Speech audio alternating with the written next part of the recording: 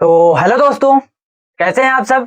उम्मीद है अच्छे ही होंगे। तो चलिए देखते हैं, आज का टॉपिक है विटामिन ई बॉडी में कैसे काम करती है। तो क्या आप जानते हैं विटामिन ई की एक छोटी सी कैप्सूल हमारे बॉडी के अंदर पहुंचकर कितने बड़े बड़े काम करती है।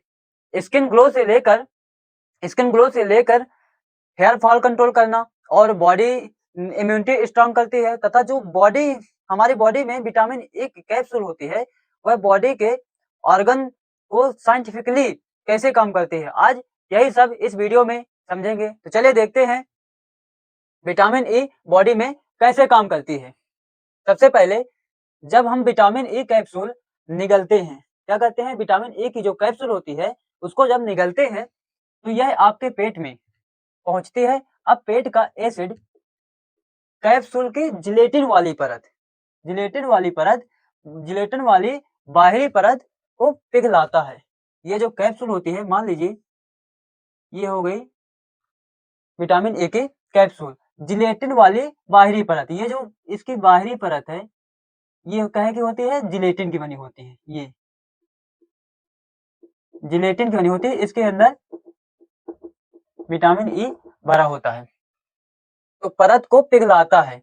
और अंदर का विटामिन ई, ये जो भरा होता है अंदर का विटामिन ई अल्फा टोकोफेरॉल बाहर निकल आता है। ये जब पिघल गया जिलेटिन वाला पार्ट तो विटामिन ई बाहर निकल आता है। लेकिन विटामिन ई स्टमक में यानी पेट में एब्जॉर्ब नहीं होता। है क्योंकि यह फैट सोल्यूबल विटामिन है। इसलिए एब्जॉर्ब स्टमक में नहीं होता। अब यह छोटी आंत की तरफ बढ़ता है। पेट में एब्जॉर्ब नहीं हुआ तो छोटी आंत की तरफ बढ़ता है। यहीं पर असली इसका एब्जॉर्प्शन होता है। छोटी आंत में इसका मेन एब्जॉर्प्शन होता है। चलिए इसको देखते हैं डायग्राम की मदद से। ये हो गया आपका माउथ, ये क्या हो गया, माउथ हो गया। यहां से अपन कैप्सूल को लिए, ये हो गया फूड नली। ये यहां से कहां आया, ये स्टमक में आया।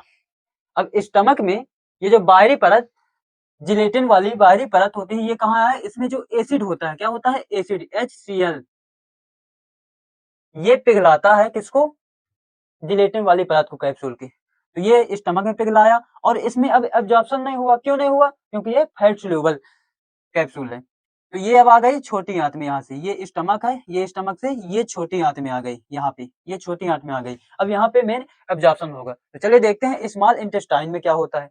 तो स्मॉल इंटेस्टाइन विटामिन ई के लिए सबसे महत्वपूर्ण जगह है। क्या के लिए, एब्जॉर्प्शन के लिए। यहाँ तीन चीजें मिलकर विटामिन ई को एब्जॉर्ब कराती हैं। पहला बाइल जूस, क्या, बाइल जूस जो लीवर से होकर मिलता है। कैसे लीवर से मिलकर मिलता है, ये पैनक्रियाटिक एंजाइम, इसका क्या काम होता है, इसका काम होता है फैट को तोड़ना। फैट को तोड़ता है एंजाइम, पैनक्रियाटिक एंजाइम फैट को तोड़ता है। और ये जो इंटेस्टाइनल सेल्स होती हैं, इंटेस्टाइनल सेल्स होती हैं, वो विटामिन ई को एब्जॉर्ब करती हैं।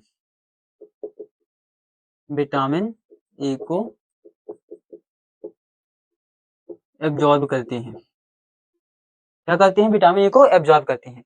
अब ये जो बाइल, ये तीनों बाइल जूस हो गया, पैनक्रियाटिक एंजाइम हो गया और इंटेस्टाइन सेल हो गया। तो ये बाइल विटामिन ई को छोटी छोटी फैट ड्रॉपलेट्स में बदलता है। कौन, ये बाइल विटामिन ई को छोटी छोटी ड्रॉपलेट्स में बदलता है, जिन्हें हम माई सेल्स कहते हैं। क्या कहते हैं, माई सेल्स कहते हैं। माई सेल्स आसानी से इंटेस्टाइनल वॉल के अंदर चले जाते हैं। ये इंटेस्टाइनल वॉल जो होते हैं इनके अंदर आसानी से चले जाते हैं। फिर इंटेस्टाइनल सेल्स विटामिन ई को एक पॉकेट जैसे स्ट्रक्चर, जो इंटेस्टाइनल सेल्स होते हैं वो विटामिन ई को एक पॉकेट जैसे स्ट्रक्चर में के अंदर पैक कर देते हैं। क्या कर देते हैं, पैक कर देते हैं। अब पॉकेट से होकर, कहां से, पॉकेट से होकर ब्लड स्ट्रीम में पहुंचते हैं। कहां से, स्मॉल इंटेस्टाइन से, छोटी आंत से। ये जो पॉकेट स्ट्रक्चर में पैक थे, वही पॉकेट से होकर ब्लड स्ट्रीम में पहुंच जाते हैं। और ब्लड में विटामिन ई फ्री ट्रेवल नहीं कर सकते। क्यों, क्योंकि वे फैट सोल्यूबल होते हैं, इसलिए ये हमेशा इन्हीं फैट पॉकेट्स के साथ चलते हैं। काहे में? ब्लड स्ट्रीम में। अब ब्लड स्ट्रीम से सबसे पहले सीधे लीवर में पहुंचते हैं। कहाँ पहुंचते हैं? लीवर में पहुंचते हैं। और लीवर में पहुंचकर लीवर डिसाइड करता है कि बॉडी के कौन से ऑर्गन में कितना विटामिन ए को पहुंचाना है और कौन से ऑर्गन को कितनी जरूरत है, उसके हिसाब से लीवर सभी ऑर्गन पे पहुंचाता है। तो चलिए अब देख लेते हैं विटामिन ई जो होता है, विटामिन ए जो होता है बॉडी के अलग अलग ऑर्गन में क्या काम करता है। जो विटामिन ई होता है वो हमारे बॉडी के अलग अलग ऑर्गन में क्या काम करता है। चलिए देखते हैं पहला स्किन में। पहला देख लेते हैं स्किन में। विटामिन ई सबसे ज्यादा स्किन में काम करता है। जो विटामिन ई होता है यह फ्री रेडिकल्स को नेचुरल करता है और यूवी रेज जो होती है, यूवी किरणें जो होती हैं उनको रिपेयर करता है, इससे चेहरे पर ग्लो आता है। जो यूवी रेज होती हैं उनको रिपेयर करता है जिससे चेहरे पर ग्लो आता है। दूसरा देख लेते हैं हेयर स्कैल्प में। हेयर स्कैल्प में विटामिन ई ब्लड सर्कुलेशन बढ़ाता है। क्या? ब्लड सर्कुलेशन बढ़ाता है, हेयर रूट्स को मजबूत बनाता है और हेयर फॉल कम करता है हेयर स्कैल्प में। तीसरा हो गया इम्यून सिस्टम में। इम्यून सिस्टम जो होता है तो विटामिन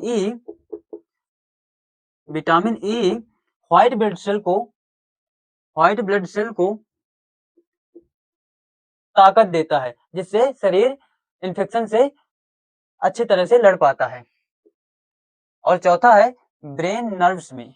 ब्रेन नर्व्स में विटामिन ई नर्व सेल्स को प्रोटेक्शन करता है और याददाश्त ब्रेन फंक्शन में सपोर्ट करता है। पांचवा है मसल में। मसल सेल को डैमेज होने से बचाता है जिससे वर्क वीकनेस और क्रैम्प्स कम हो जाते हैं। इसी तरह हार्ट में विटामिन ई बैड कोलेस्ट्रॉल के ऑक्सीडेशन को रोकता है और हार्ट ब्लॉकेज का रिस्क कम हो जाता है। ऑक्सीडेशन जब रोक देता है बैड कोलेस्ट्रॉल का तो जो हार्ट ब्लॉकेज का रिस्क होता है वो कम हो जाता है। तो दोस्तों ये रहा विटामिन ई कैप्सूल क्या साइंटिफिक जर्नी, स्टमक से लेकर स्मॉल इंटेस्टाइन और स्मॉल इंटेस्टाइन से लीवर और बॉडी के सभी ऑर्गन तक। तो दोस्तों यदि यह वीडियो पसंद आया हो तो वीडियो को लाइक, शेयर और सब्सक्राइब जरूर करें। मिलते हैं अगले वीडियो में। धन्यवाद।